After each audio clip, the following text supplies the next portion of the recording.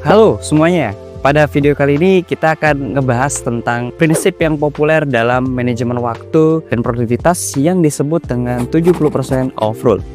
Prinsip ini dapat membantu kamu meningkatkan produktivitas, mengatur prioritas, dan juga mencapai hasil yang lebih efektif dalam pekerjaan dan kehidupan sehari-hari. So, mari kita mulai pembahasannya.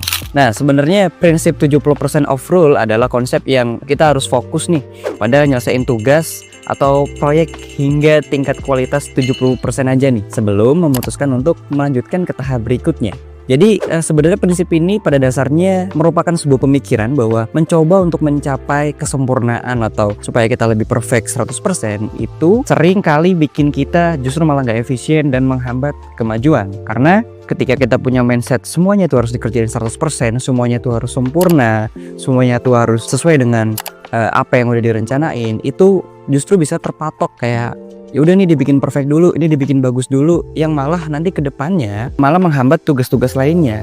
Sebenarnya ini nggak salah gitu, tapi kalau terlalu terpatok tuh juga nggak pas kalau menggunakan prinsip ini.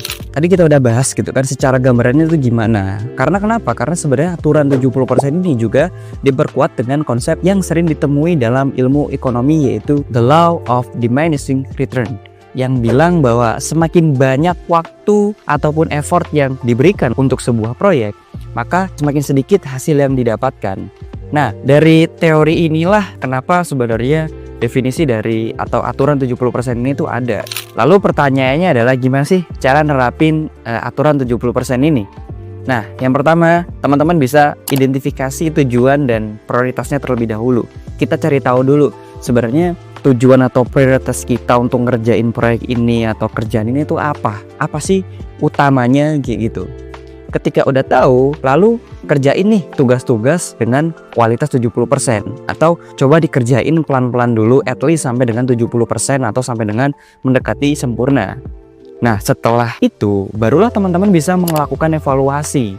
Dan dari hasil evaluasi itu teman-teman bisa baru menyelesaikan atau melanjutkan dari hal-hal yang mungkin kurang benar atau kurang tepat ataupun masih bisa diperbaiki. Itulah prinsip 70% rule atau aturan 70% dalam manajemen waktu dan juga produktivitas. Jadi teman-teman harus ingat ya, prinsip ini bukanlah suatu bentuk untuk mengesampingkan perfectionism atau mengesampingkan suatu hal atau pekerjaan yang dikerjakan secara detail, apalagi meremehkan pentingnya tugas-tugas yang benar-benar membutuhkan keahlian dan perhatian ekstra.